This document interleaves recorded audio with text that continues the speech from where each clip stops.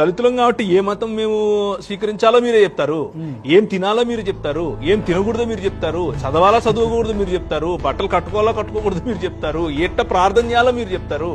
ఎందుకు మా రోడ్లు మేము వేసుకోలేం? ఇప్పుడు ఒక గ్రామం ఉంటది, గుడి చుట్టూ ఉండే రోడ్లు ఏమో బాగుంటాయి, మా దానికి వచ్చేనేమో ఏముండవు. ఇక్కడికి వచ్చి మేము ప్రార్థన చేసుకుంటే వచ్చి కొడతారు. సో ఇప్పుడు మా వాళ్ళు సర్పంచ్ ఉంటే, మాకు వార్డు మెంబర్ ఉంటే, మా దగ్గర మా పవర్ మా దగ్గర ఉంటే వీళ్ళ చేత అవుతుందా? ఇది క్రైస్తవులకు అర్థం కాదు. ఈ క్రైస్తవులకు ఏమర్థం అవుతుందంటే, మాకు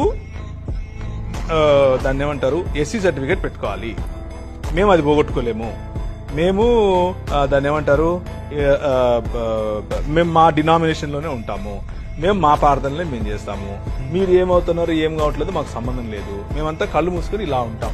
ఇది క్రైస్తవులు బాగా బయటికి రావాలి. సో మీరు ఒక హెచ్చరిక చేస్తున్నట్టుగా 100% ఇలాగే ఉండండి.